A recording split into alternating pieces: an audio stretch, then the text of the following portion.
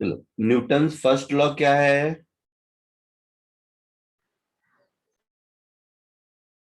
A body in motion or a body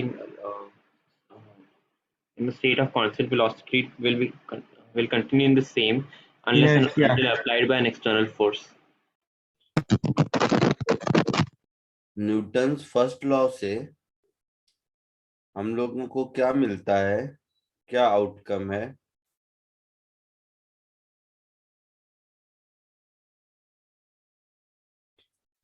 सही बोला आपने, बट न्यूटन फर्स्ट लॉ का क्या आउटकम हुआ?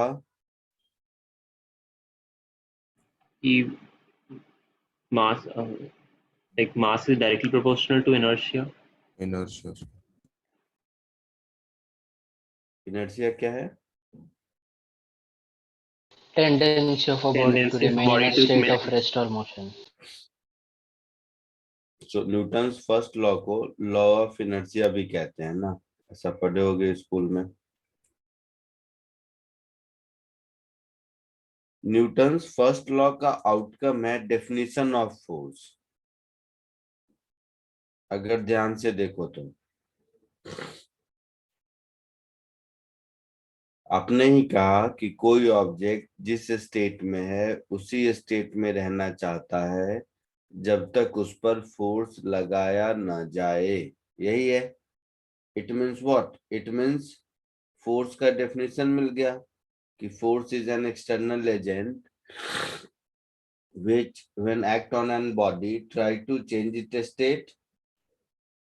यही मतलब हुआ Yes, sir. है ना। तो न्यूटन फर्स्ट लॉ का आउटकम है definition of force.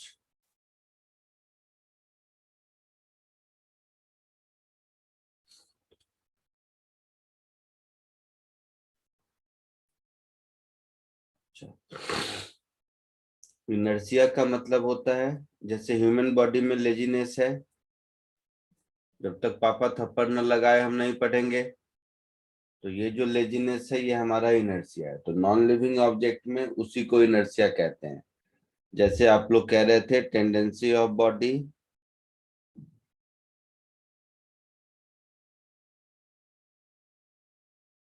Sir laziness human tendency है। हाँ। क्यों? तो लेजी नहीं है? सर मुझे तो लगा था वो सर माइंड सेट होता है। अबे तुम लोग कुछ नहीं समझता है।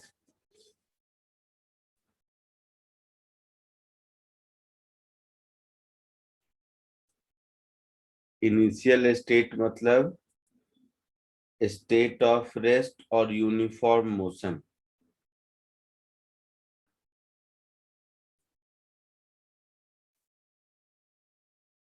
सर ये यूनिफॉर्म लिखना जरूरी था।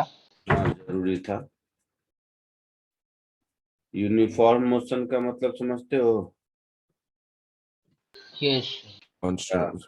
Acceleration zero. एक्सेलरेशन जी।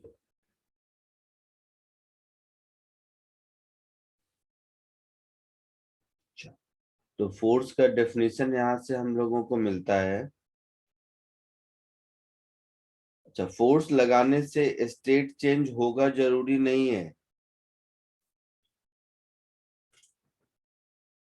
फोर्स हमेशा स्टेट चेंज करेगा जरूरी नहीं है। स्टेट चेंज करेगा या करने की कोशिश करेगा। जैसे मैं इस वॉल पे फोर्स लगा रहा हूँ, कहाँ वॉल का स्टेट चेंज हो रहा है? इसका ये मतलब नहीं है कि मैंने फोर्स नहीं लगाया।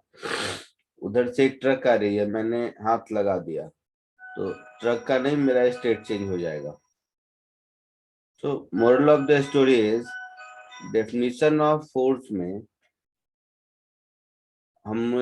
हम लोग ये बोलेंगे कि force is an external agent which when act on a body changes its state or try to change it। Change करने की कोशिश भी करता है, वो भी फोर्स है। चेंज हो नहीं हो कोई जरूरी नहीं है। आई बात समझ में? Yes, yes sir. Sir. definition of force is an external agent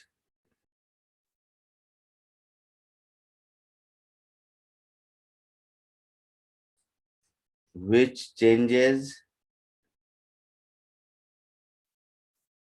और tries to change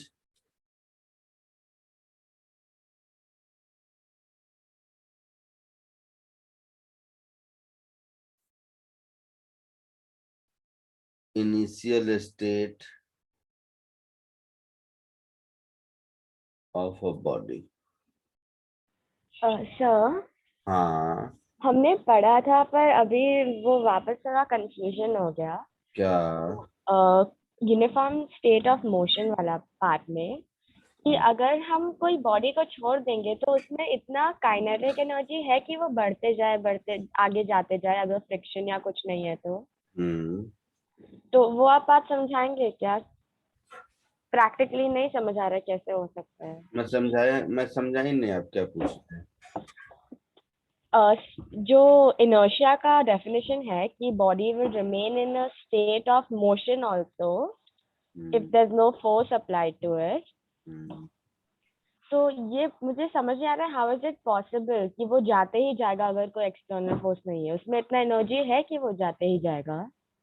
हाँ तो अगर एक्सेलरेशन 0 है तभी यूनिफॉर्म मोशन है। हाँ एक्सेलरेशन 0 का मतलब हो गया एक्सेलरेशन रिटार्डेशन भी नहीं है, अदरवाइज एक्सेलरेशन नेगेटिव रहता है ना। यस तो ना एक्सेलरेशन है ना रिटार्डेशन है, तो वेलोसिटी क्यों चेंज करेगा?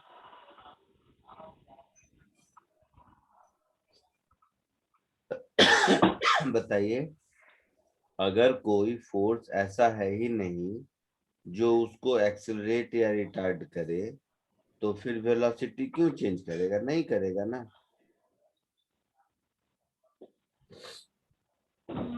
हाँ हाँ तो नहीं करेगा।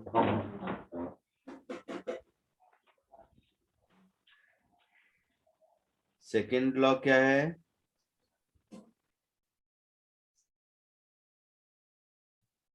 सर मोमेंटम वाला। क्या है मोमेंटम वाला?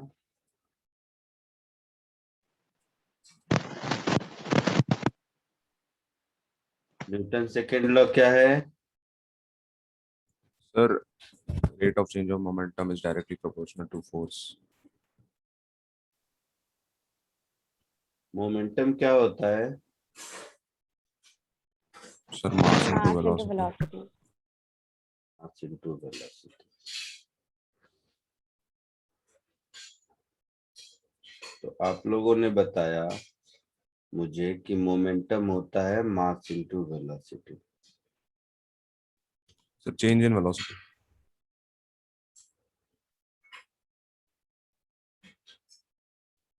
क्यों हैंग हो रहा है बहुत?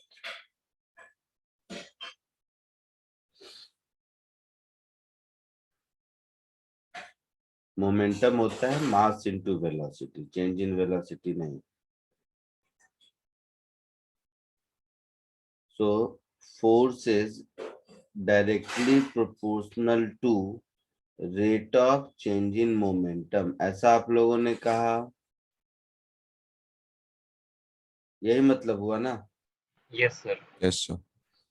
एसआई यूनिट में प्रोपोर्शनलिटी कांस्टेंट की वैल्यू 1 होती है, पढ़े होंगे आप लोग स्कूल में।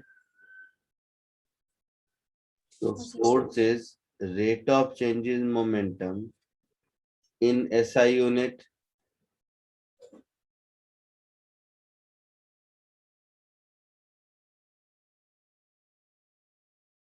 आप लोगों ने ही मुझे बताया momentum is mass into velocity.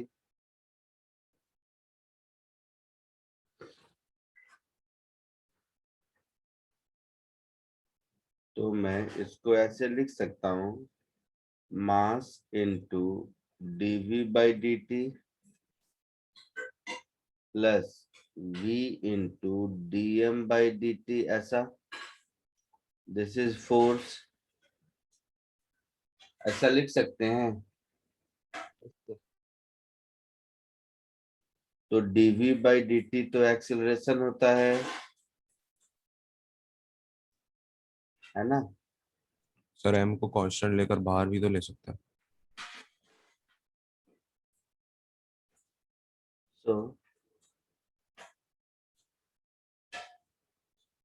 अगर m कांस्टेंट है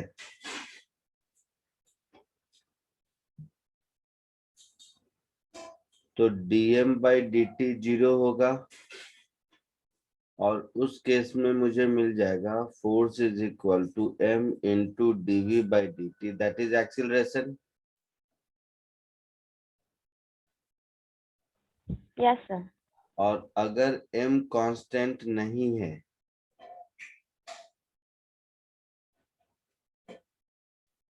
जिसको हम लोग वेरिएबल मास सिस्टम कहते हैं,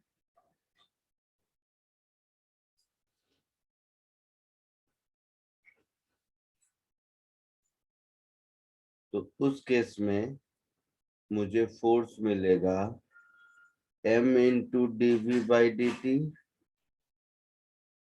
plus v into dm by dt। तो ये जो v into dm by dt है, ये मास इंटू एक्सेलरेशन के अलावा एक एडिशनल कंपोनेंट है जिसको थ्रस्ट फोर्स कहते हैं। जैसे स्कूल में एक एग्जांपल पढ़ते होगे रॉकेट प्रोपल्शन का, पढ़ते थे। Yes, sir. Yes, sir. Yes, sir. तो इसको हम लोग अलग से सिस्टम ऑफ पार्टिकल चैप्टर में पढ़ेंगे 2-3 चैप्टर के बाद। अभी जस्ट एग्जांपल दे देता हूँ वैसे ही, इस चैप्टर में इसकी जरूरत शायद कम हो।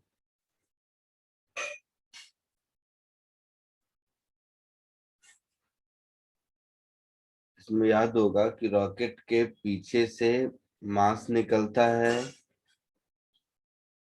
और वो मास इस रॉकेट को आगे की ओर थ्रस्ट देता है ना। Yes, sir. Yes sir. तो इस केस में मास डिक्रीज करता है, तो ये जो मास बाहर निकलता है रॉकेट से, इसकी वजह से इसको ऊपर की ओर थ्रस्ट मिलता है। ये thrust apart from engine force और बाकी है, ये यही v into D M by D T है। ठीक है। Yes, sir. तो न्यूटन फर्स्ट लॉ का आउटकम है फोर्स का डेफिनेशन, न्यूटन सेकेंड लॉ का आउटकम है फोर्स का क्वांटिफिकेशन, की फोर्स कितना लगेगा। आई बात समझ में? जल्दी से इसको कॉपी कर लीजिए, फिर आगे बढ़ते हैं। सर जो m dv by dt है और v dm by dt है सर, दोनों स्केल वेक्टर्स है ना? दोनों वेक्टर्स हैं। तो सर उनका एडिशन, तो वेक्टर एडिशन करेंगे हम। हाँ, तो वेक्टर एडिशन करेंगे। Okay sir.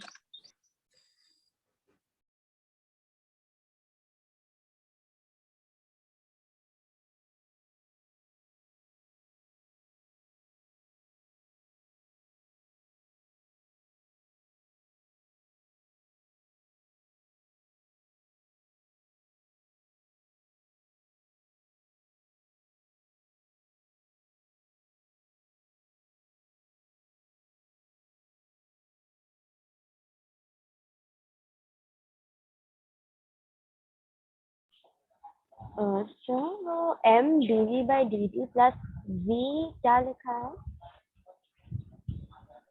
v D M by D T. Okay, sir.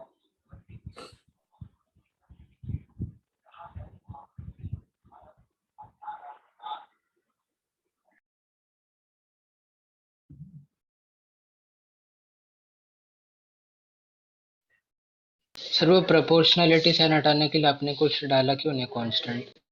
ऐसा यूनिट में उस प्रोपोर्शनलिटी कांस्टेंट की वैल्यू 1 होती है। हाँ सर, हाँ।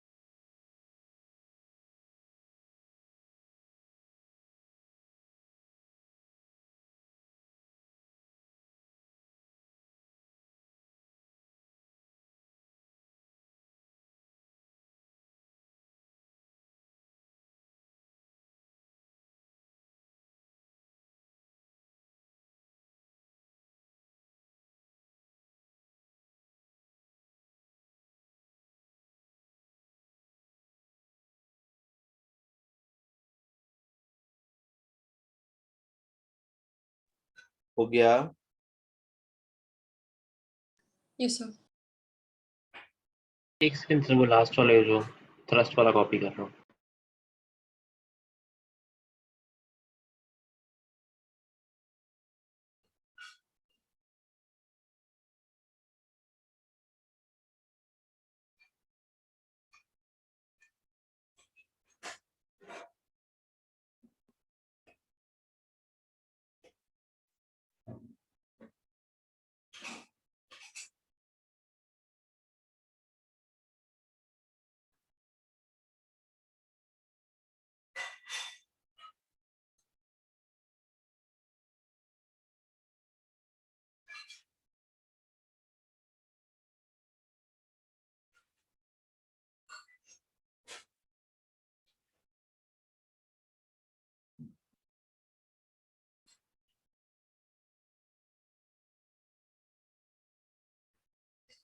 हो गया?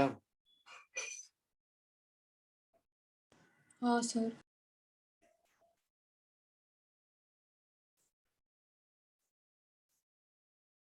न्यूटन थर्ड लॉ क्या है? Sir Every action has an equal and opposite reaction. क्या मतलब हुआ इसका?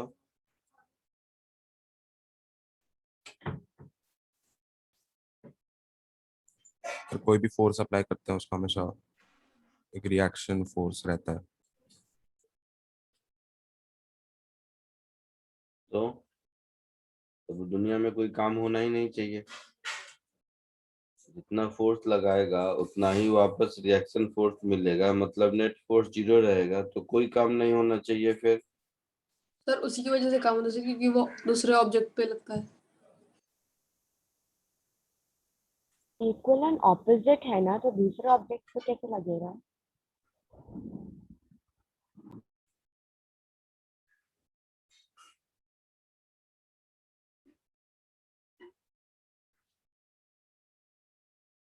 बोलो। सर हमने किसी को धक्का मारा सर, तो वो खुद को थोड़ी ना धक्का मारते सर वापस। सर वो हमें वापस धक्का मारेंगे ना। तो ये तो सही है, every action has equal opposite reaction, but underlining fact ये है कि ये एक्शन रिएक्शन फोर्स दो डिफरेंट ऑब्जेक्ट पर लगता है ना? Action and Yes, sir. Reaction force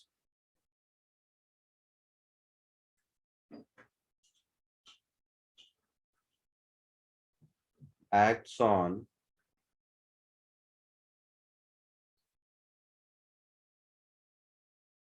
two different object.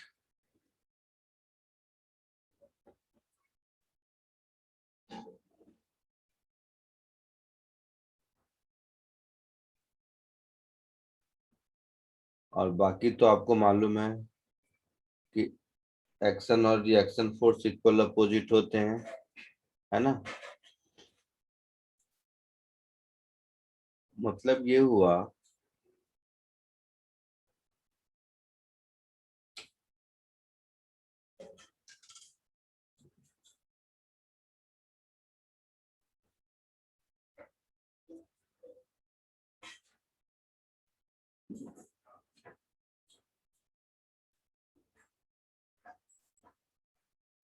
ऐसे समझो,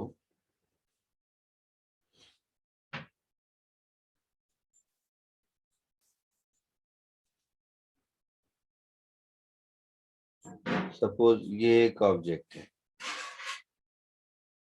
और ये एक दूसरा ऑब्जेक्ट है, ये दोनों एक दूसरे के कांटेक्ट में है।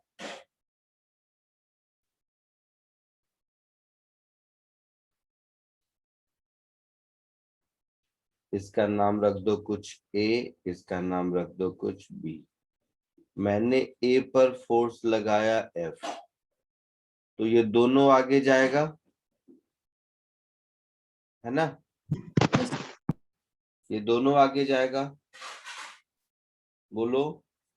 यस। अच्छा, तो ए को तो मैं टच करने गया नहीं, ए पर कौन फोर्स लगाया? सॉरी, बी पर। ए। ए। ए।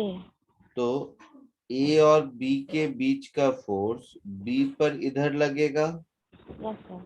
और न्यूटन थर्ड लॉ से इक्वल अपोजिट, मतलब बी पर इधर लगा तो ए पर उतना ही इधर लगेगा, है ना? Yes sir. ये बात समझ आई? तो इसको हम बोलेंगे अगर force on b due to a, और अगर इसको बोल दे force on a due to b, तो न्यूटन थर्ड लॉ से force on a due to b plus force on b due to a, इन दोनों का सम 0 होगा तभी इक्वल अपोजिट होगा। Yes sir. Sir Yes, yes. इस केस में force on b due to ए ये हुआ एक्शन फोर्स इस एग्जांपल में, और ये हुआ रिएक्शन फोर्स। क्लियर है? Yes sir. इस एग्जांपल में ये हुआ एक्शन फोर्स और ये हुआ रिएक्शन फोर्स। तो यहाँ पर एक्शन फोर्स की वजह से बी आगे जाएगा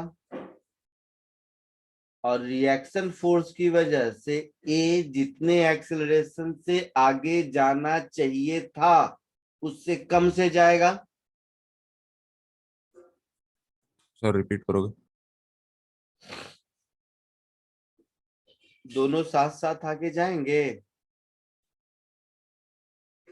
हाँ सर।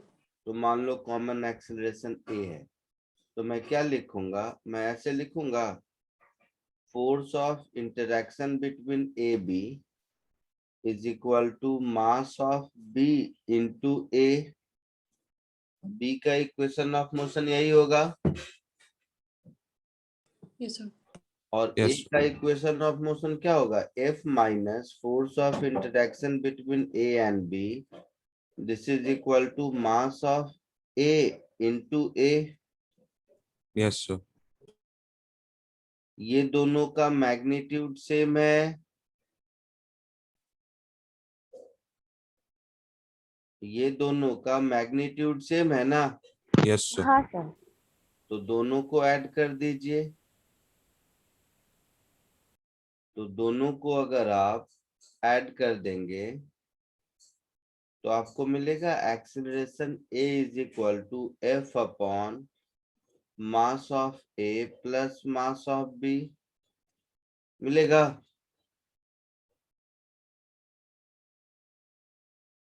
बोलना। हाँ सर।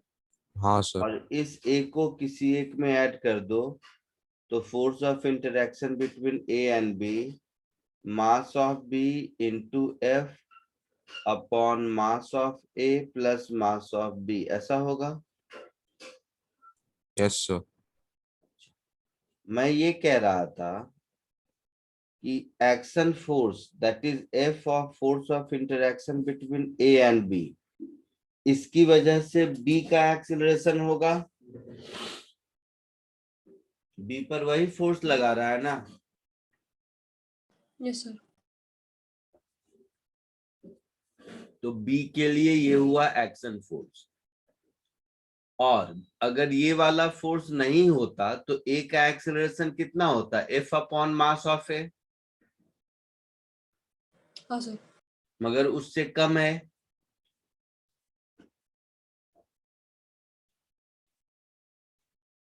ना? दिख रहा है ना, उससे कम है। Yes sir. तो ये रिएक्शन फोर्स की वजह से ए का एक्सीलरेशन जितना होना चाहिए था उससे कम है। हाँ सर। क्लियर है? सर हाँ सर फ्रिक्शन को हम लोग एक्शन रिएक्शन में ले सकते हैं ना?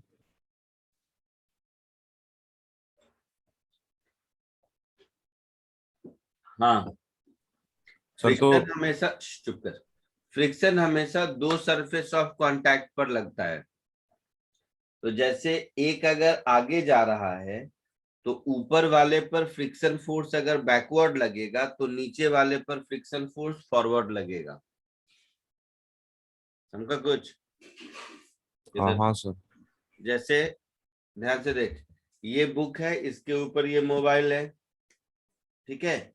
मैं इस बुक को इधर पुल किया तो देखो मोबाइल भी साथ साथ आ रहा है ना? Yes sir.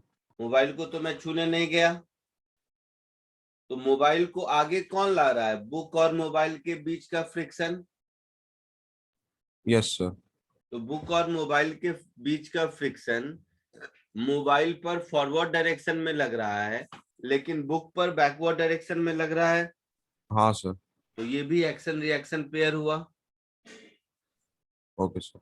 जैसे स्कूल में बचपन में मोरल साइंस में या हिंदी में पढ़ते होगे, पता नहीं तुम लोग उतना पढ़ते हो या नहीं, कि अगर रस्सी पत्थर पे बार बार घिसती है तो रस्सी भी टूटती है और पत्थर भी घिसता है। सर पत्थर नहीं घिसता। ओ गधे। हाँ सर पोएम है। पोएम है ना, रसरी आवत जात पे सिल पे परत निशान, कबीरदास या किसी का होगा। तो मोरल साइंस में बताया जाता है बार बार कंटिन्यूअस एफर्ट करने से कुछ भी होता है। कुआं देखा है गांव में? Yes sir. तो कुआं के मुडेर पर जहां पर वो पत्थर रहता है वहां पर देखोगे घसे हुए बहुत निशान मिलेंगे। वो बार बार रस्सी के आने जाने से ही होता है। तो एक्शन फोर्स की वजह से रस्सी टूटती है, रिएक्शन फोर्स की वजह से पत्थर घसता है। चमका कुछ?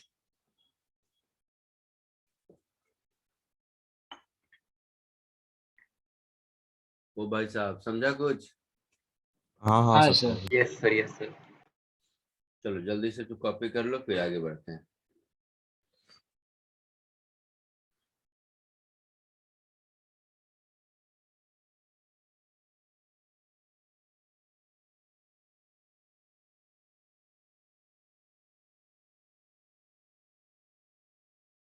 सर एफ ए बी और एफ माइनस ए बी अगर इक्वल है तो मतलब mass of A mass B के इक्वल नहीं हो गया?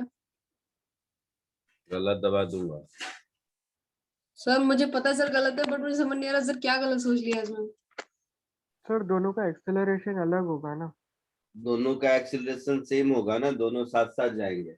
वही तो सर, मास का क्या है ये? क्या बोल रही हो? सर मास ऑफ बी कैसे इक्वल हो गया? सर वो तू तो अलग बोल रही अलग। है इक्वल हो गया, मैं कहाँ बोला इक्वल हुआ? हाँ सर नहीं हुआ। सर तो क्या हुआ?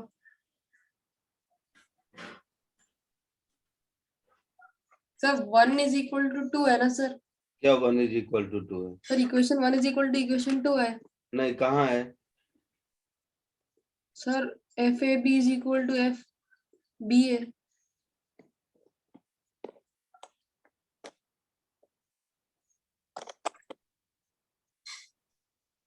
मुझे नहीं आता ये सब। सोच 2 मिनट खुद से, कुछ भी बोलती रहती है।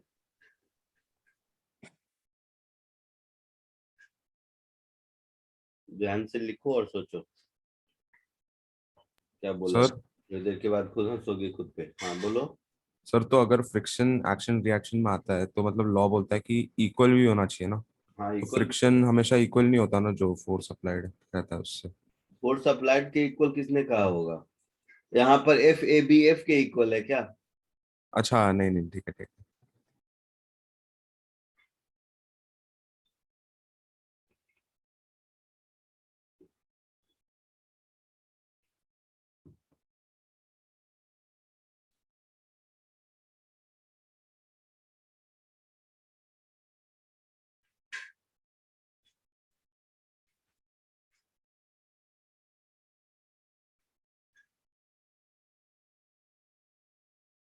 हाँ सर अब समझ गया sir. Sir F minus A B F B A नहीं है। बधाई हो।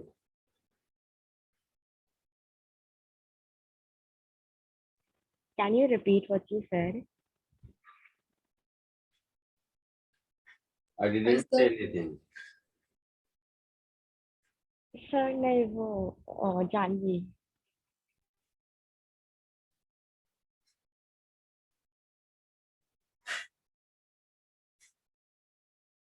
सर क्या मैं बोलूं बोलो। कि F minus A B not equal to F B A?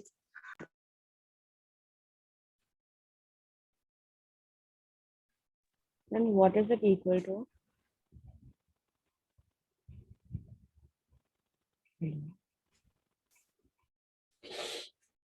Good. तुम लोग गधे हो। सर मुझे समझ गया सर। चुप कर, देख इधर। Suppose if I draw free body diagram of B, तो B पर FBA फोर्स इधर लग रहा है, A और B के बीच का इंटरेक्शन, हाँ सर। तो force is equal to mass into acceleration, तो FB is equal to mass of B into acceleration. A का फ्री बॉडी डायग्राम देखो, ए पर F इधर लग रहा है जो पीछे से पुश कर रहा है, ए पर FAB पीछे लग रहा है, लग रहा है ए पर, देखो ब्लू कलर वाला। Sir Yes, FAB sir. MB into A कैसे हुआ? ये है free body diagram, free body diagram. ये जो डॉट है ये है बी, और ये जो डॉट है ये है ए।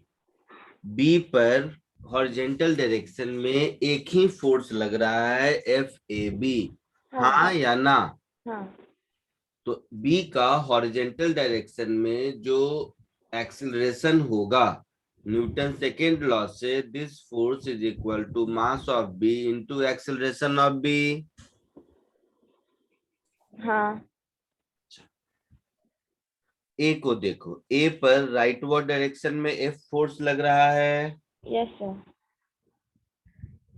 लेफ्टवर्ड डायरेक्शन में FAB फोर्स लग रहा है, हाँ सर।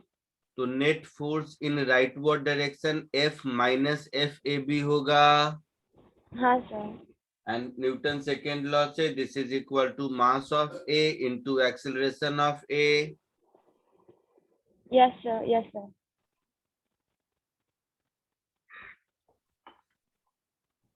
क्लियर है? हाँ सर। अब देखो, जैसे मैं ये चेयर पर बैठा हूं तो मेरे ऊपर तो ग्रेविटी का फोर्स लग रहा है, हाँ। मतलब मुझे नीचे जाना चाहिए, हाँ। लेकिन मैं अपनी जगह पर रुका हुआ हूँ, यस सर। तो मुझ पर जो ग्रेविटी का फोर्स लग रहा है उसको कौन बैलेंस कर रहा है?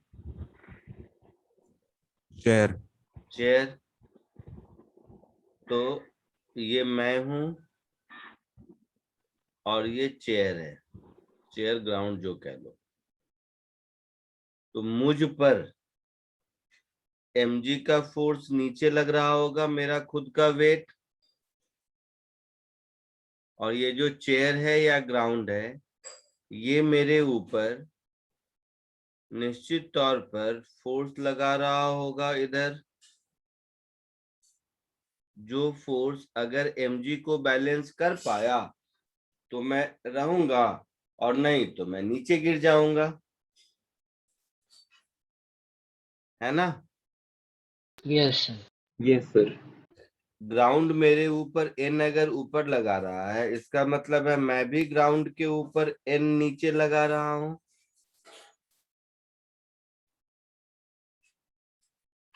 है ना? Yes, sir. मैं ग्राउंड पर कितना फोर्स नीचे लगा रहा हूं? वेट। Weight जितना? वेट जितना नहीं, ये डायग्राम में बताओ। रेड वाला n, रेड वाला जो n है, this is the force exerted by the block on the ground. Yes Yes, sir. Black वाला n is the force exerted by the ground on the block, Yes, sir. and mg is the force which is exerted by the earth on the block. Yes sir. ये confusion है, लोग बोल देते हैं कि block ground पर mg force लगा रहा है, नहीं, ब्लॉक ग्राउंड पर mg नहीं लगा रहा है। वेट का डेफिनेशन है this is the force by which you are being attracted toward centre of earth, तो mg हमेशा बॉडी पर लगता है ना? हाँ सर। तो ये जो mg है ये है on the block,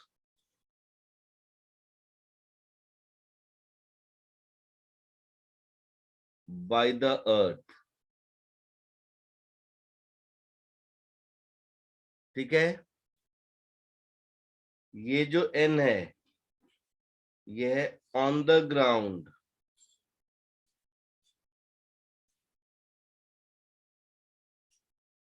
by the block, और ये जो n है ये है on the block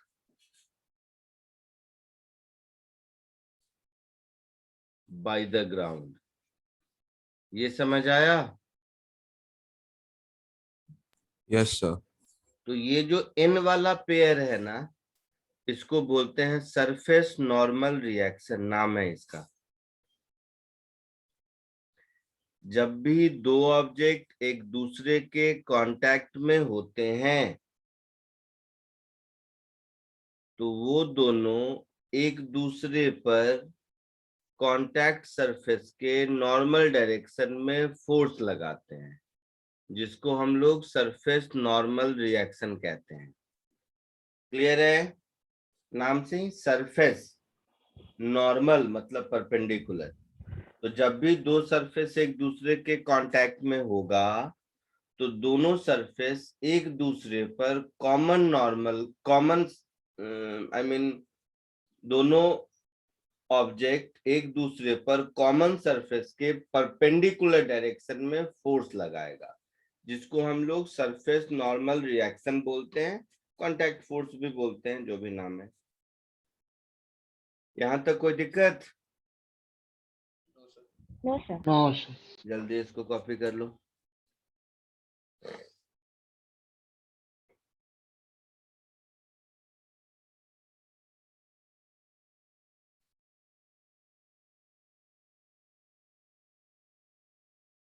सर इसके ऊपर भी थोड़ा सा पार्ट था ना सर, वो भी मैंने नहीं लिखा है। सर तो FAB और FB वो भी सरफेस नॉर्मल रिएक्शन था ना? फोर्स ऑफ इंटरेक्शन भी बोलते हैं, surface normal reaction, contact force भी, सब एक ही है।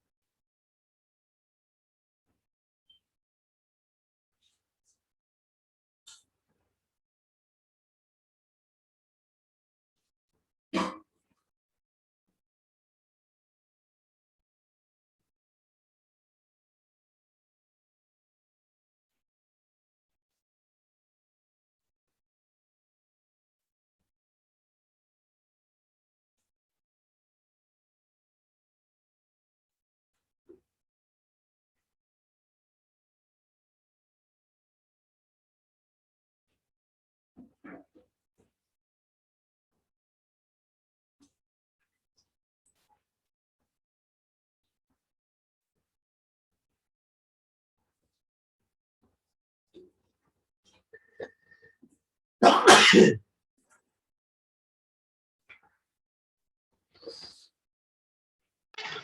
एक डाउट है, पूछूं? बोलो।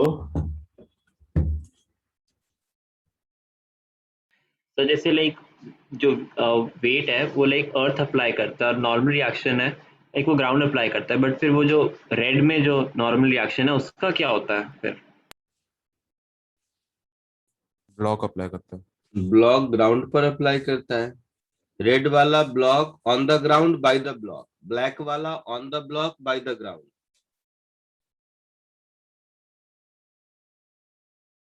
दोनों एक दूसरे पर फोर्स लगाएगा ना, ऐसा थोड़ी ना है कि ग्राउंड ब्लॉक पर लगाएगा तो ब्लॉक ग्राउंड को छोड़ देगा।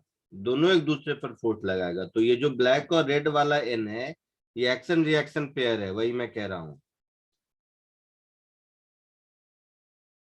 सर इस केस में नेट फोर्स 0 कैसे हो रहा है वो एक बार बताओ ना। अगर n is equal to mg के बराबर है तो नेट फोर्स 0 है, नहीं तो नहीं है।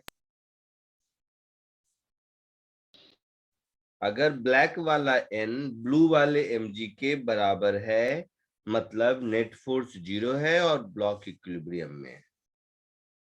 तो फिर वो रेड वाले एन का क्या? रेड वाला n ग्राउंड पे लगा है, ग्राउंड के मोशन को देखना होगा तो हम n वाले रेड वाले n की बात करेंगे।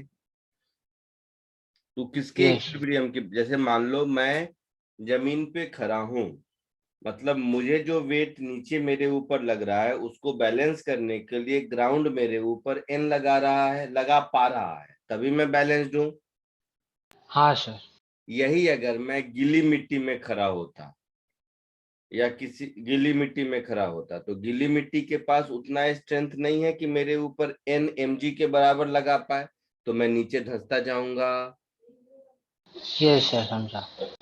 है ना। या किसी कमजोर लकड़ी के टुकड़े पे खड़ा हूं तो वो टूट जाएगा क्योंकि वो मेरे ऊपर उतना n नहीं लगा पाएगा, हाँ और लगा पाया तो इक्विलिब्रियम में रहूंगा। Yes sir.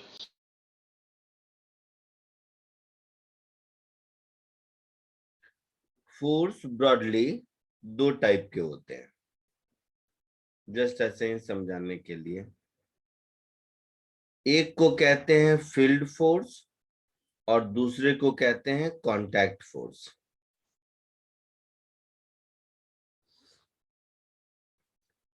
फील्ड फोर्स का मतलब है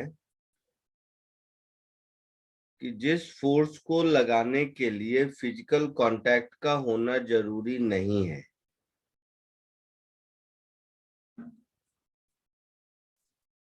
देखो ध्यान से,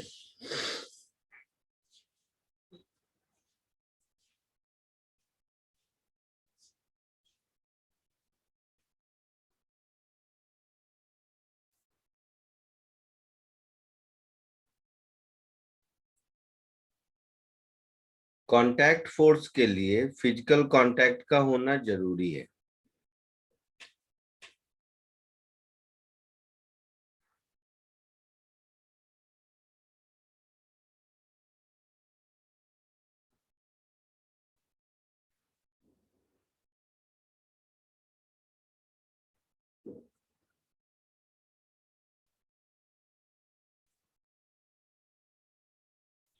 जैसे अभी देखा सरफेस नॉर्मल रिएक्शन, इसका एक एग्जांपल हुआ, है ना।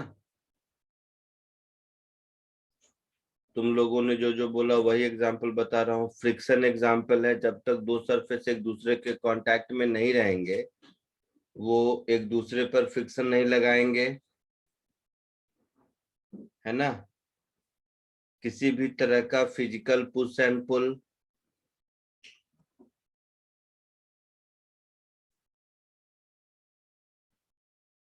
फील्ड फोर्स वो है जिसके लिए फिजिकल कांटेक्ट का होना जरूरी नहीं है। जैसे एग्जांपल बताओगे?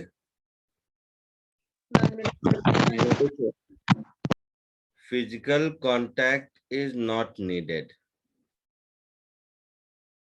जैसे एप्पल नीचे गिरा था तो अर्थ तो एप्पल को पकड़ के खींचने नहीं गया था, है ना। अर्थ और एप्पल के बीच कोई फिजिकल कांटेक्ट था? No sir. नहीं, लेकिन एप्पल अर्थ के ग्रेविटेशनल फील्ड में था, तो ग्रेविटेशनल फोर्स के लिए फिजिकल कांटेक्ट का होना नहीं जरूरी है। Yes sir. एक मैग्नेट आयरन को अपनी ओर पुल करता है, तो उस केस में मैग्नेट आयरन को पकड़ के खींचने तो नहीं जाता है ना। आयरन अर्थ के मैग्नेटिक फील्ड में होता है, इसीलिए उस पर मैग्नेटिक फोर्स लगता है ना। बोलो। Yes sir. एटॉमिक स्ट्रक्चर में देखे होगे अभी कि प्रोटॉन न्यूक्लियस में इलेक्ट्रॉन को अपनी ओर पुल करता है, सेंट्रीपिटल फोर्स लगाता है जिसके लिए इलेक्ट्रॉन घूमता है, जो कुछ भी है, तो वो इलेक्ट्रोस्टैटिक अट्रैक्शन या रिपल्सन, ये भी आपका फील्ड फोर्स है ना। तो ऊपर वाले एग्जाम्पल में mg क्या था, फील्ड फोर्स था, और n क्या था, कांटेक्ट फोर्स था। ये बात समझ आई? हाँ sir. So, but then how do they bring about their effect without contact? क्या मतलब हुआ इस बात का? मुझे तो कोई सेंस समझ नहीं सर आया। मतलब सर कांटेक्ट में नहीं है सर, तो मैं इमेजिन ही नहीं कर पा रही सर वो कैसे इफेक्ट लिया है। मैग्नेट देखा है ना, मैग्नेट आयरन को अपनी ओर पुल करता है कांटेक्ट में होने की वजह से। हाँ सर कांटेक्ट नहीं है सर, तो भी वो कैसे पुल करता है मतलब सर? मतलब सर ऑब्जेक्ट क्योंकि मैग्नेट अपने चारों ओर मैग्नेटिक फील्ड क्रिएट करता है, तो जितने मैग्नेटिक मटेरियल हैं वो पुल हो जाते हैं। इसीलिए तो मैग्नेटिक फील्ड और ग्रेविटेशनल फील्ड और इलेक्ट्रोस्टैटिक फील्ड ये सब पढ़ते हैं। हाँ सर, बट उस फील्ड में सर क्या खास है सर कि कुछ खिंच जाता है? अरे तो उसके लिए भाई साहब, तुम लोगों को क्या लगता है पता है, एक चीज साइंस पढ़ने का तरीका सीखो। तुम लोग क्या है कि साइंस पढ़ते हो ना, तो सोचते हो कि पूरा दुनिया साइंस से चल रहा है, और तो साइंस जो बताता है वही होता है। ऐसा नहीं है। होता क्या है सुनो, चीजें एग्जिस्ट करती हैं, साइंस का काम है उसके पीछे रीजन ढूंढना। ठीक है? हाँ सर। अच्छा, न्यूटन के बताने से पहले भी एप्पल नीचे ही गिरता था ना। हाँ सर। ऐसा तो नहीं है जिस दिन से न्यूटन बताया उस दिन से एप्पल नीचे गिरने लगा। नहीं नहीं नहीं सर। जिस समय मैग्नेटिज्म कोई नहीं पढ़ता था उस समय भी मैग्नेट आयरन को अट्रैक्ट करता था, हाँ सर। है ना। सो नेचर में फोर्सेस एग्जिस्ट करते हैं, और साइंस में हम लोग उस जो भी नेचर में एग्जिस्ट कर रहा है, फोर्स ही नहीं बहुत सारे फेनोमेना है, उसको एक्सप्लेन करने की कोशिश करते हैं थ्रू लॉजिक। वही साइंस है। ये समझ आया? हाँ सर, मतलब हमें इट्स नहीं पता नॉट, सर। हाँ इट्स नॉट object अदर को वे attract- अराउंड। नहीं नहीं, हमें नहीं पता है नहीं, पहले तो सोचने का तरीका बदलो।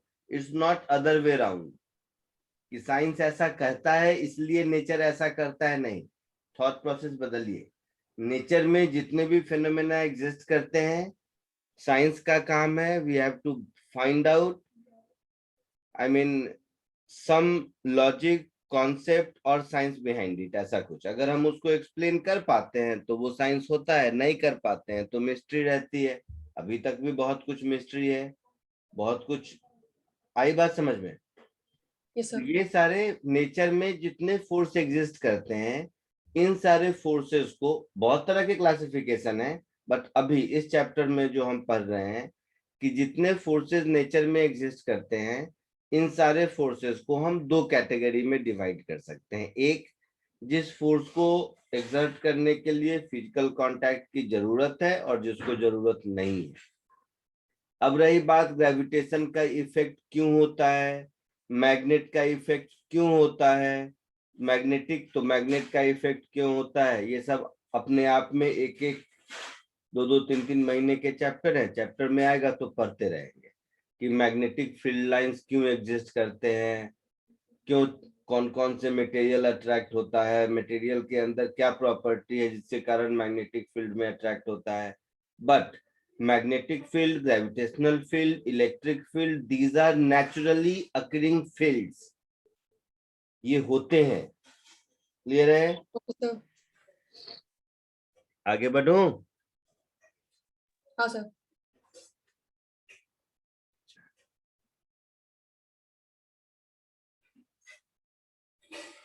एक फोर्स जो इस चैप्टर में सबसे ज्यादा यूज होगा उसको हम लोग कहते हैं टेंशन इन ए स्ट्रिंग।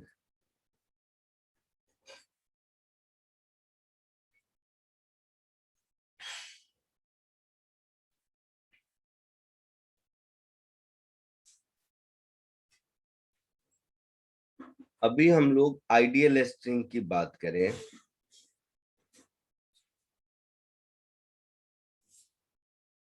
तो आइडियल स्ट्रिंग का मतलब है कि स्ट्रिंग मासलेस होता है। आइडियल स्ट्रिंग सीख लेंगे तो प्रैक्टिकल स्ट्रिंग भी देखेंगे जिसमें मास है। सर लेकिन ये असली में कभी पॉसिबल नहीं है ना? हे भगवान, बातचीत लोग करते हैं ना आइडियल स्टूडेंट की, बट कोई होता है? ठीक है सर। नहीं, ये कॉन्सेप्ट है, कॉन्सेप्ट।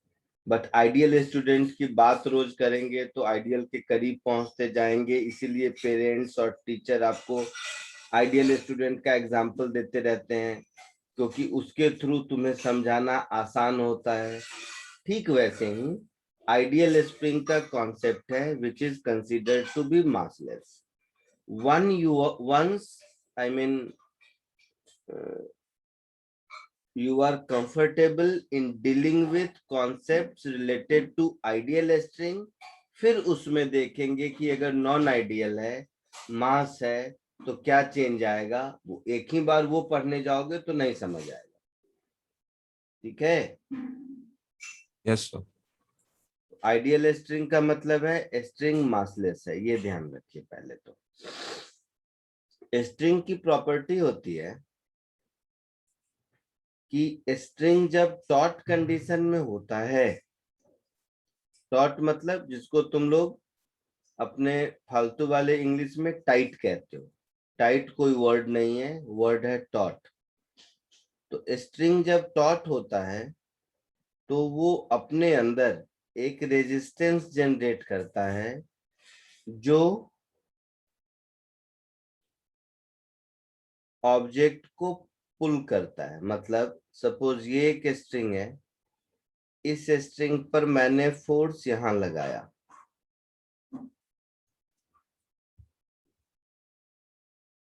इस स्ट्रिंग पर एक फोर्स मैंने यहां लगाया, तो इस फोर्स की वजह से क्या होगा, स्ट्रिंग इस ब्लॉक को अपनी ओर पुल करेगा, है ना? यही फोर्स ट्रांसमिट होता है इस एंड से उस एंड तक। तो यहां पर ये फोर्स इसका अपोज करेगा और इस एंड पर इधर लगेगा। इसी वजह से ये वाला ब्लॉक पुल होके आगे आता है। तो ये जो T है यही टेंशन इन द स्ट्रिंग है। अच्छा, अगर मैं स्ट्रिंग लगा के इस ब्लॉक को पुश करूं तो आगे जाएगा क्या ब्लॉक? नहीं सर। नहीं, नहीं सर। स्ट्रिंग स्लैक हो जाएगा। तो दूसरी बात समझ आई कि ये जो टेंशन इन द स्ट्रिंग है, ये जो फोर्स है, ये तभी एग्जिस्ट करता है जब स्ट्रिंग टॉट होता है, स्लैक में नहीं होता है। सो moral of the story is a string in taut condition has tendency to pull the objects attached to its end। ये हमेशा पुलिंग नेचर का होता है, इससे पुश नहीं कर सकते किसी ऑब्जेक्ट को। क्लियर है? अब ये दोनों एंड पर टेंशन की वैल्यू इक्वल अपोजिट होगी, क्योंकि स्ट्रिंग मासलेस है तो स्ट्रिंग पर नेट फोर्स 0 होना चाहिए, यानी कि एक साइड जितना है दूसरे साइड उतना ही इक्वल अपोजिट होना चाहिए। जब स्ट्रिंग में मास हो जाएगा तो यही दोनों एंड पर टेंशन अलग अलग हो जाएंगे, तो मास वाला स्ट्रिंग पढ़ेंगे बाद में। तो ये एक स्ट्रिंग है, ध्यान से देखो। अंडर टॉट कंडीशन ये स्ट्रिंग पर इधर फोर्स लगेगा, इधर फोर्स लगेगा। किसी भी पार्ट ऑफ स्ट्रिंग को देखेंगे तो हर पार्ट पर इक्वल अपोजिट फोर्स लगता रहेगा, हर एक पॉइंट पर, है ना। इस फोर्स को हम लोग टेंशन इन द स्ट्रिंग कहते हैं, और यही टेंशन फोर्स रिस्पॉन्सिबल है हमारे इस एफ एफर्ट को ब्लॉक ए तक पहुंचाने के लिए। सो string is used for transmitting your effort from one point two another. If this string is ideal, in that case your effort will get transmitted without diminishing its value. But if it has mass, तो उसका effort थोड़ा diminish हो जाएगा, but पहुंचेगा वहां तक। Clear है? Yes sir. तो ये 2-3 बातों को पहले लिख देते हैं। First, if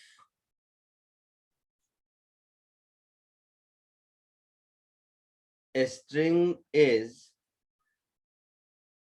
taut, then it exerts a pulling force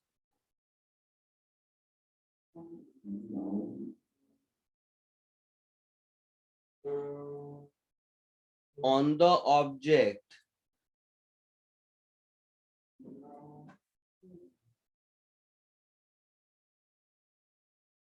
attached to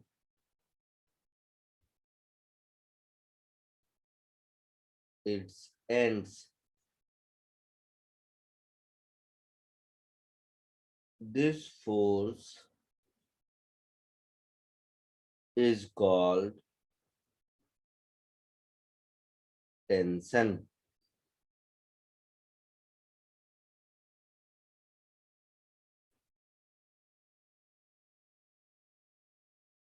Of a string. So underlining fact is ये टेंशन हमेशा पुलिंग नेचर का होता है।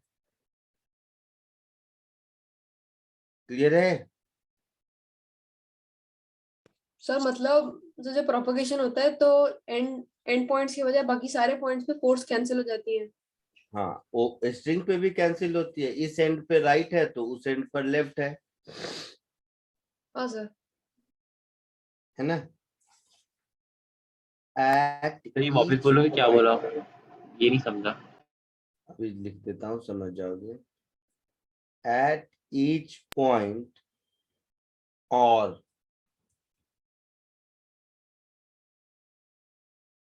in any section of a string,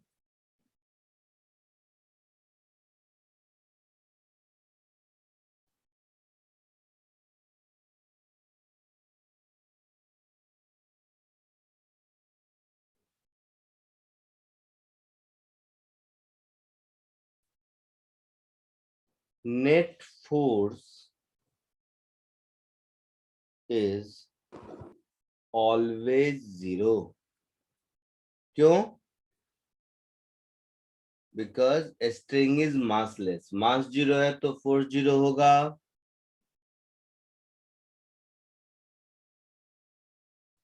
है ना। सर।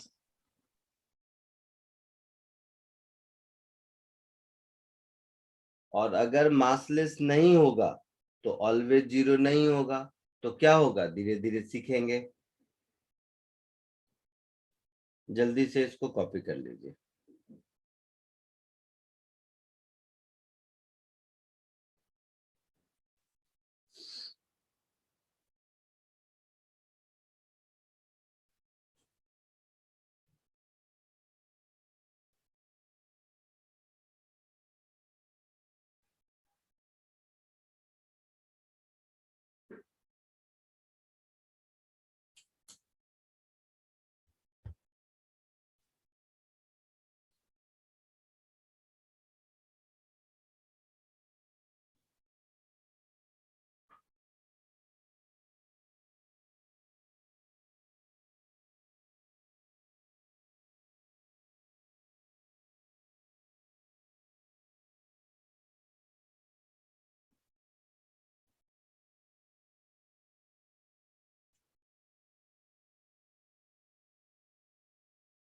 सर इस डायग्राम में F is equal to T है ना? हाँ,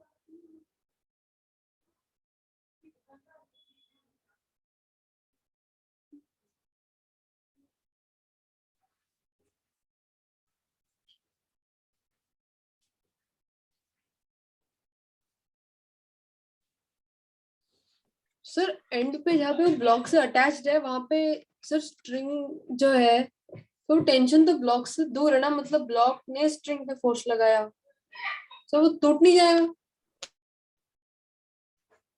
क्या?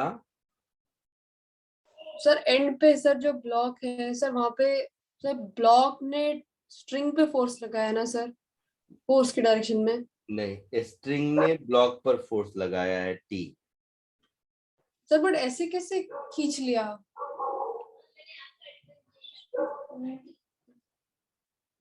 तो मतलब इसका रिएक्शन फोर्स क्या होगा? वो जो लेफ्ट हैंड साइड पे टी है वो, क्योंकि सर ने बोला ना लास्ट पॉइंट में कि नेट फोर्स 0 होता है स्ट्रिंग में। हाँ बट स्ट्रिंग अगर ब्लॉक पे फोर्स लगा रहा है तो ब्लॉक भी स्ट्रिंग पे फोर्स लगाएगा, हाँ, वो किधर है? तो नेट फोर्स 0 हो गया ना।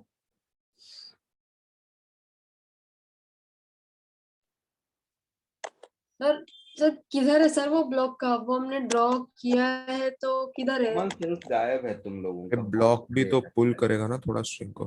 तुम मन ही मन सोचो कि रस्सी बांध के एक ब्लॉक को खींच रही हो अपनी साइड। सोचो मन ही मन पहले। ऐसे ही हाँ सर। मतलब फॉर्मूला बेस्ड पढ़ने वाला मशीन मत बनो, कुछ नहीं हासिल होगा उससे। सोचो एक बार मन ही मन कि एक ब्लॉक पे रस्सी बांध के तुम उसको खींच रही हो। तो इस प्रोसेस में क्या हो रहा है, इस एंड पर जो फोर्स हम लगा रहे हैं वो रस्सी के थ्रू, स्ट्रिंग के थ्रू ब्लॉक तक पहुंच रहा है और ब्लॉक पुल हो रहा है। यही कहानी है। हाँ सर। तो मैंने जो यहाँ पर फोर्स लगाया, इस फोर्स की वजह से स्ट्रिंग में टेंशन जनरेट हुआ और वो टेंशन स्ट्रिंग दूसरे एंड पर ब्लॉक को दिया। ठीक है, किस डायरेक्शन में दिया? तो पुलिंग डायरेक्शन में दिया, जिसकी वजह से ब्लॉक पुल हुआ। क्लियर है? ब्लॉक ने स्ट्रिंग पर कुछ भी फोर्स दिया, स्ट्रिंग मासलेस है। पहले ये डिसाइड करना सीखो कि तुम ब्लॉक पर फोर्स बना रही हो, स्ट्रिंग पर बना रही हो, कहां बना रही हो। एक ही साथ सब सोचोगी तो कुछ नहीं चमकेगा। फ्री बॉडी डायग्राम आप किसका बनाना चाह रहे हैं बताइए, ब्लॉक का या स्ट्रिंग का? Sir string. स्ट्रिंग का बनाना चाह रहे हैं। स्ट्रिंग मासलेस है, यस सर। स्ट्रिंग पर नेट फोर्स 0 होगा। हाँ यस सर। तो अभी सिर्फ और सिर्फ मैं स्ट्रिंग को ड्रॉ कर रहा हूं, जो कि यहां पर किया था। एक बार फिर ड्रॉ कर देता हूं, सिर्फ स्ट्रिंग। एक ही साथ सबको सोचने बैठोगे सब गड़बड़ कर लोगे। ये स्ट्रिंग है, पॉइंट ए पर टेंशन टी इधर लग रहा है, पॉइंट बी पर टेंशन टी इधर लग रहा है। In between A and B, ध्यान से देख, in between A and B, there are infinite points at which T is acting in equal and opposite directions. हाँ सर, मैं इसका सर प्रोपोगेशन ही इमेजिन करने की कोशिश कर रही हूँ कि पहला वाला टी राइट की तरफ गया तो वो अगले पॉइंट को राइट की तरफ पुश कर रहा है, तो अगला पॉइंट लेफ्ट की तरफ रिएक्शन फोर्स डालेगा, ऐसे करके सर प्रोपोगेट होगा ना, बट असल में वो कैंसिल हो गए सारे। तो लास्ट वाले का मैं इमेजिन नहीं कर पा रही हूँ।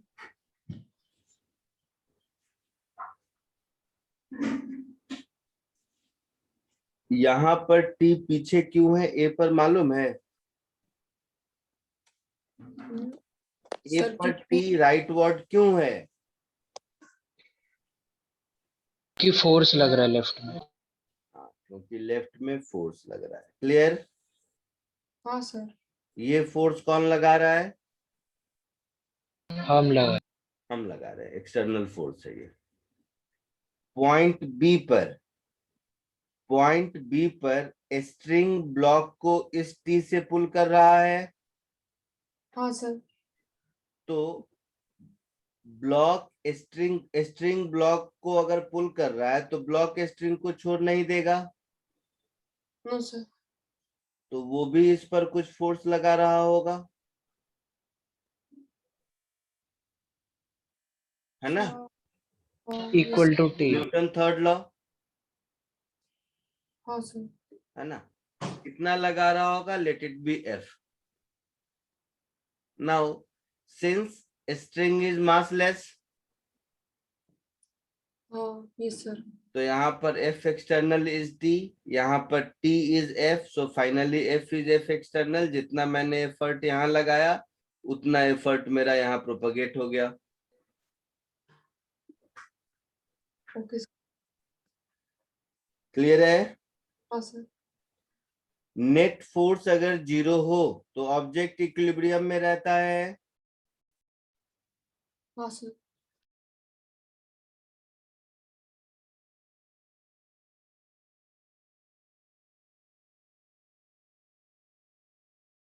if net force is equal to 0,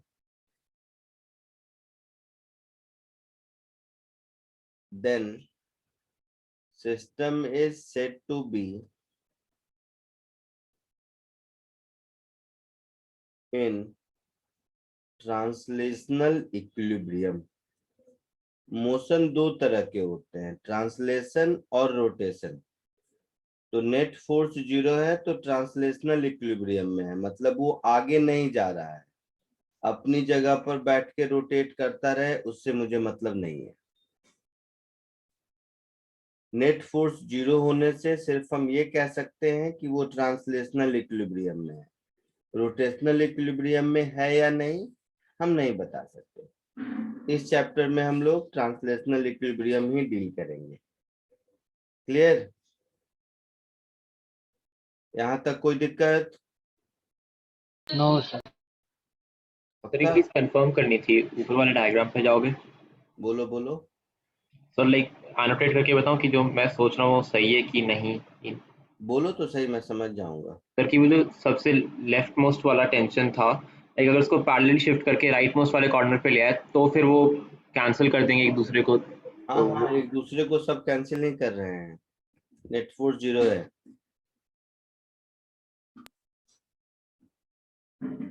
एक दूसरे को सब कैंसिल नहीं कर रहे हैं।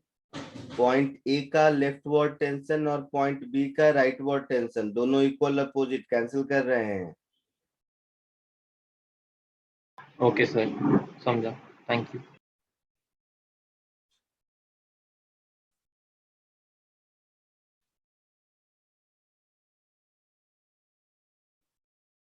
चलो क्वेश्चन करो। सर एक बार थोड़ा ऊपर स्क्रॉल करेंगे।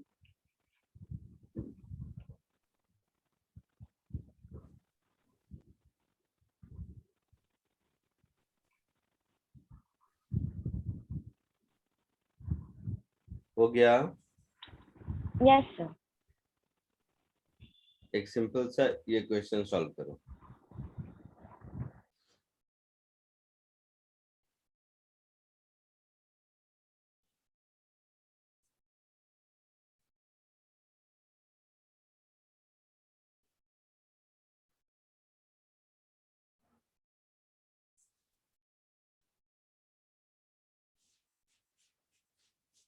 यहाँ पर 4 स्ट्रिंग है,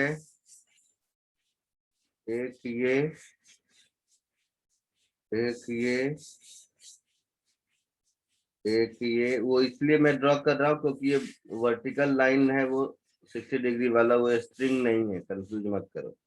ये 4 स्ट्रिंग है जो ब्लू से ड्रॉ किया हुआ है। जल्दी सॉल्व करो, 2 मिनट का काम है, मैक्सिमम 2 मिनट्स।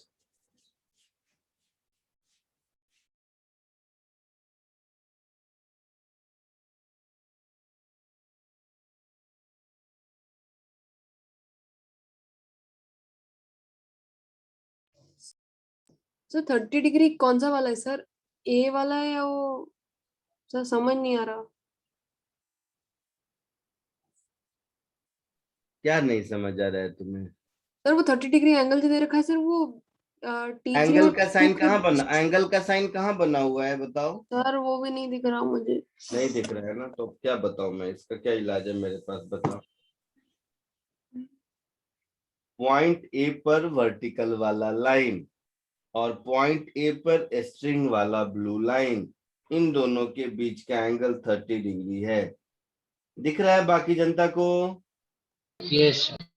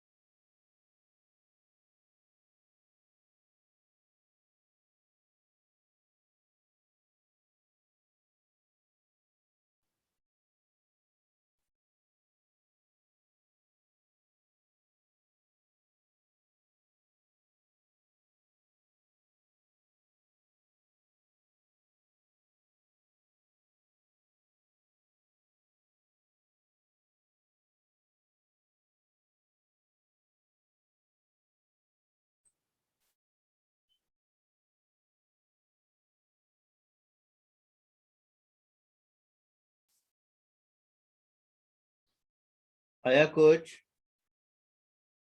सर एक एक मिनट सर एक्सप्लेन। थोड़ा और टाइम दो। नहीं, टाइम नहीं है।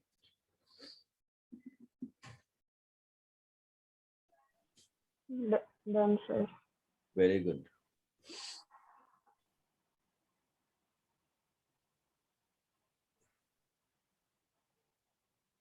आंसर्स बताऊं? नहीं मत बताओ, सही होगा मुझे पता है।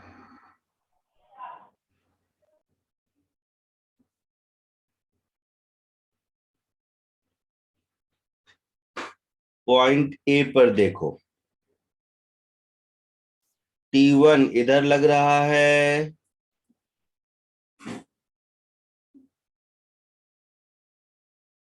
T2 इधर लग रहा है,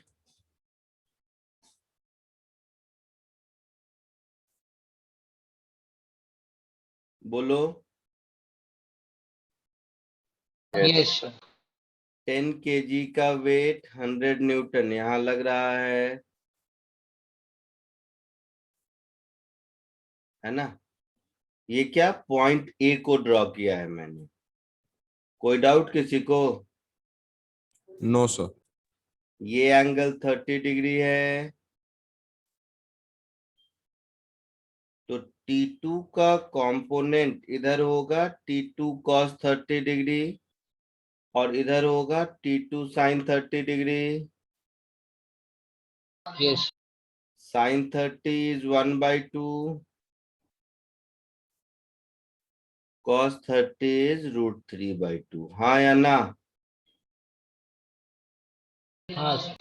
हाँ तो यहाँ इक्विलिब्रियम के लिए मुझे मिला √3/2 T2 is 100. So T2 is 200 upon √3. ये एक आंसर हुआ. Yes sir. And T1 is T2/2 horizontal equilibrium में. हॉरिजॉन्टल डायरेक्शन में होगा ऐसा. हाँ सर। तो T1 हो गया 100/√3 न्यूटन. सर इसे लामिस थ्योरम से भी कर सकते थे। उससे भी कर सकते हैं. कहानी हो गई पॉइंट ए की. यस। अब पॉइंट बी को देखो. पॉइंट बी पर T3 इधर आया ना. हाँ T4 इधर.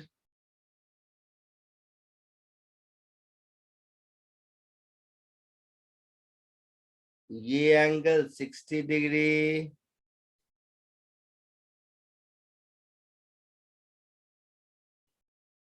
होगा. हाँ T2 इधर.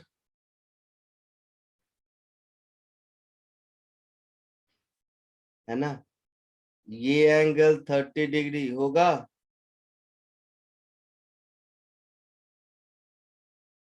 बताइए सोच के. पॉइंट बी का डायग्राम में किसी को कोई दिक्कत है? No sir. पक्का. सर वो 60 होगा ना T2 का? यस सर, क्योंकि वो राइट एंगल ट्रायंगल में 90, 30 और फिर 60 होगा. मार डालूंगा. लेकिन वर्टिकल के साथ तो 30 होगा। मार डालूंगा. सोच के देख. बेसिक ज्योमेट्री है. मैं आगे बढ़ूंगा नहीं जब तक ओके सोच सर समझ गया। खुद नहीं कहेगा कि हाँ हो गया. हाँ हो गया सर। हो गया. बधाई हो. क्योंकि मुझे ये सब आता नहीं. अब देखो तो T2 का कंपोनेंट इधर T2 cos 30 होगा.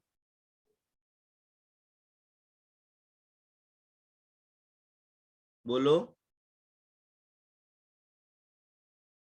T2 का component sin 30 that is T2/2 होगा.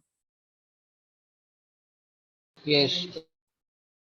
इसी तरह T4 का कंपोनेंट इधर T4 cos 60 that is T4/2 होगा.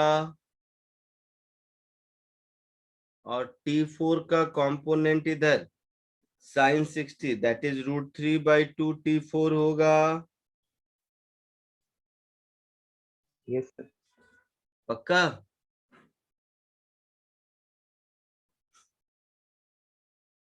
तो यहाँ पर इक्विलिब्रियम के लिए देखेंगे अगर, तो हम ऐसा कह सकते हैं T4/2 is equal to √3/2 T2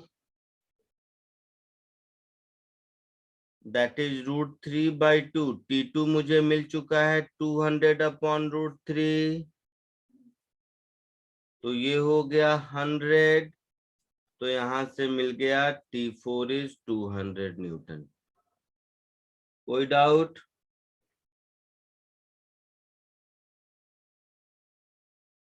बोलो. नो।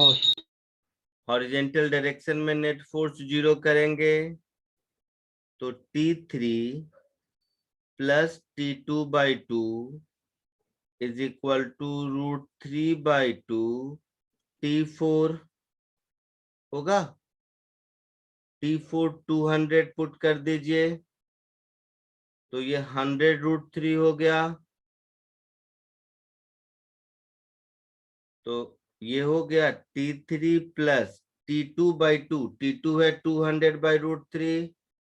तो T2/2 that is 100/√3 is equal to 100√3. तो T3 मेरा हो गया 100√3 माइनस 100/√3. एलसीएम ले लेंगे तो 300 माइनस 100 200 अपॉन √3 न्यूटन आएगा. यस। हाँ सर आ गया। कोई डाउट किसी को इसमें किसी तरह का तो पूछ लीजिए सोच के।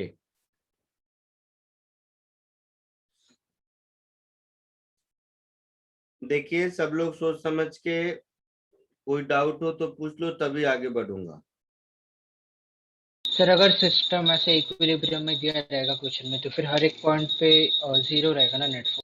हाँ, इक्विलिब्रियम में रहेगा तो नेट फोर्स 0 रहेगा हमेशा। यस।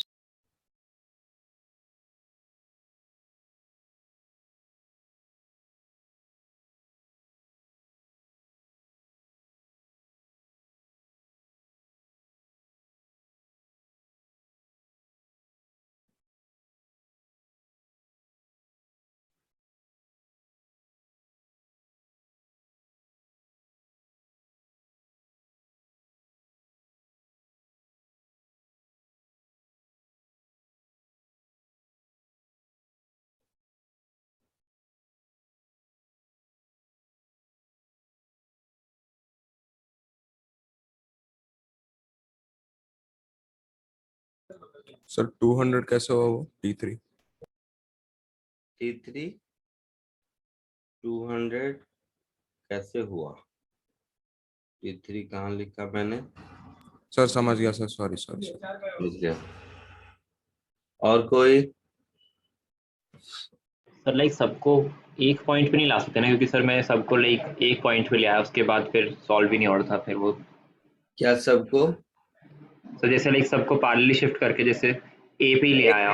समझो, कॉमन सेंस से एक बात सुनो। एक पॉइंट पर सबको लाओगे और हॉरिजेंटल वर्टिकल इक्वल करोगे तो दो ही इक्वेशन बनेंगे। Yes sir. हमारे पास अननोन कितने हैं? T1 T2 T3 T4।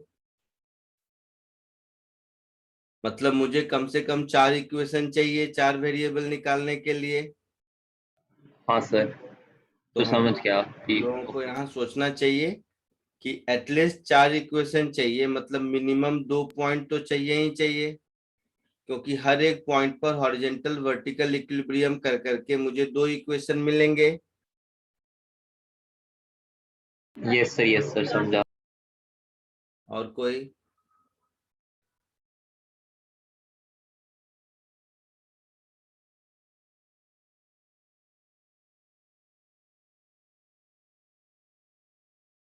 पक्का सबको समझ आया? आगे बढ़ूं? हाँ सर। एक और क्वेश्चन करो छोटा सा।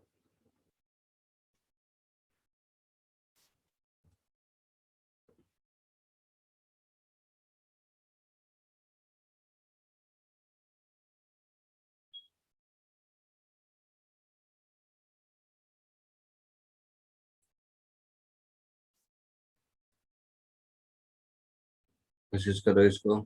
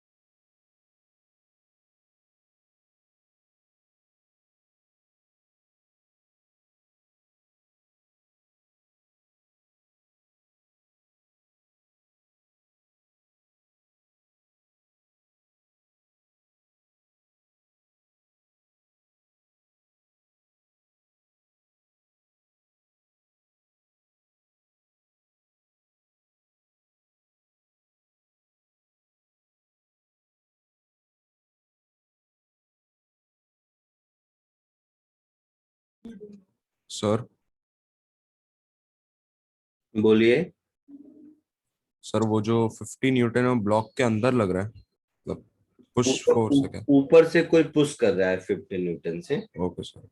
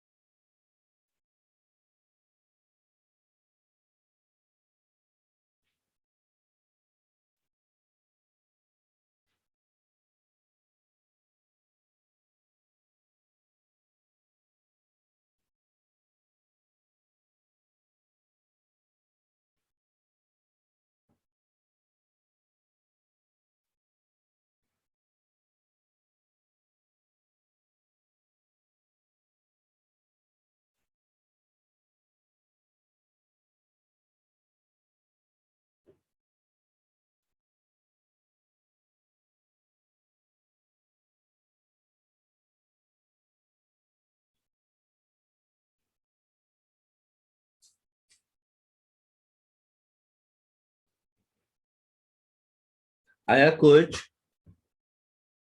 सर बी पार्ट बाकी है सर। हाँ सर एक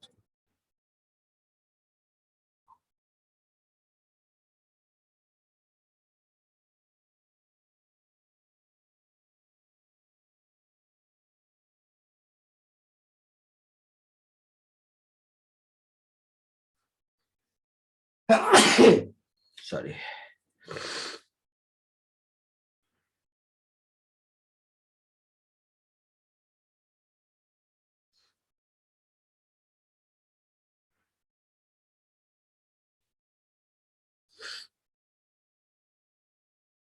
देखो, इसका नाम ए रख देते हैं, इसका नाम बी रख देते हैं। ए पर देखो, ए पर क्या क्या फोर्स लगेगा? तो 100 न्यूटन इधर लग रहा है,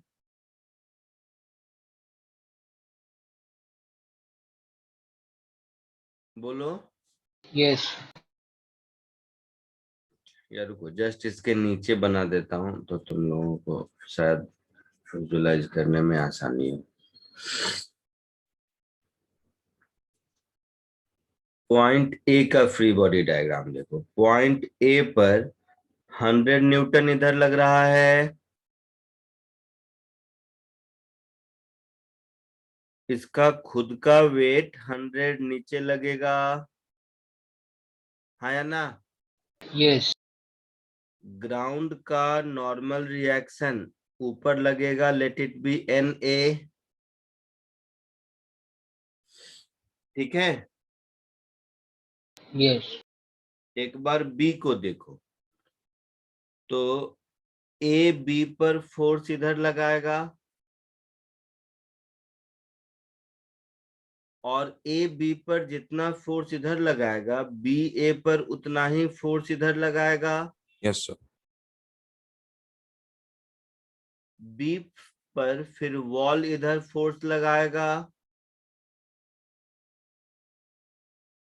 बी का खुद का वेट 200 न्यूटन नीचे होगा, बी पर ग्राउंड फोर्स ऊपर लगाएगा, normal reaction of ground on B, और ये 50 न्यूटन 30 डिग्री पर इधर लग रहा है, तो बी पर एक फोर्स इधर लग रहा है 50 न्यूटन वाला। ये वर्टिकल से 30 डिग्री पर है। ए और बी, इन दोनों के फ्री बॉडी डायग्राम में किसी को किसी तरह का कोई प्रॉब्लम है तो बताइए। नो सर, कोई प्रॉब्लम नहीं। समझा सर। पक्का सोच लीजिए।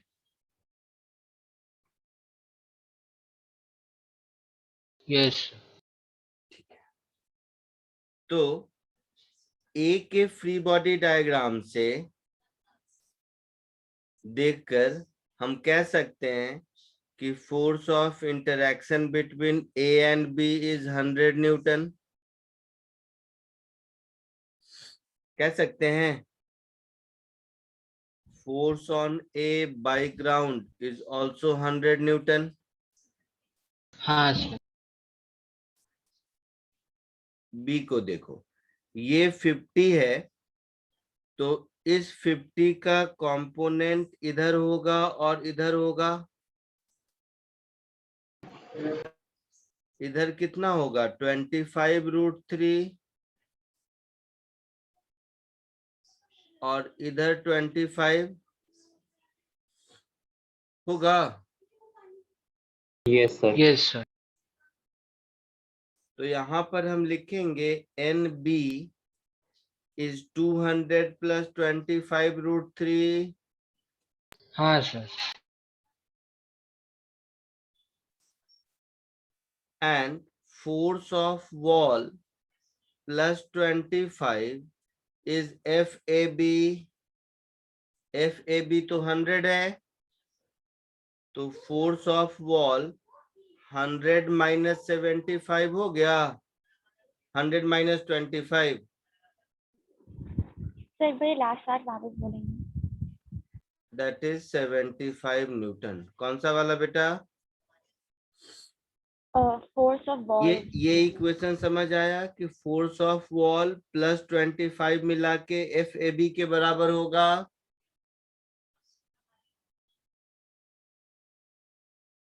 हाँ सर।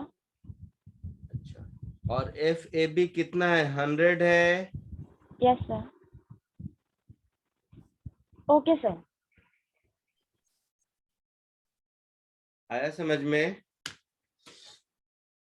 सर इस सब में एक्सीलरेशन नहीं ढूंढना था। नहीं, इक्विलिब्रियम में है ना, कहाँ जाएगा ये? एक्सेलरेशन देखो 0 ना, है। कहीं हाँ जाएगा हाँ क्या? सर, हाँ समझा।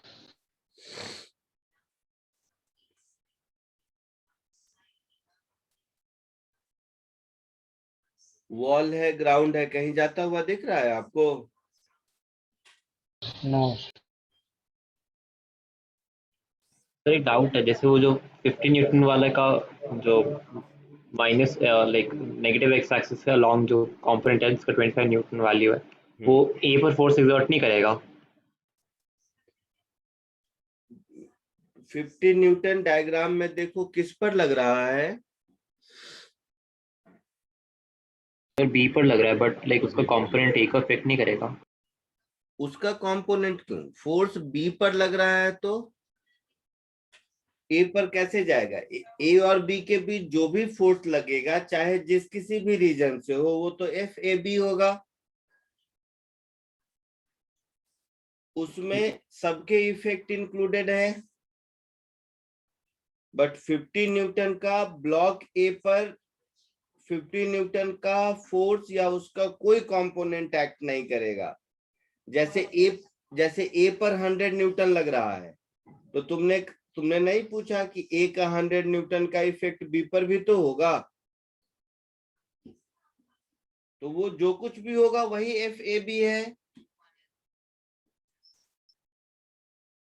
टोटल ए और बी दोनों एक दूसरे पर जितना फोर्स लगा रहे हैं वही FAB है, चाहे जिस किसी भी रीजन से हो, 100 न्यूटन की वजह से हो या 50 न्यूटन की वजह से हो या दोनों की वजह से हो। क्लियर है? Okay sir. Yes sir.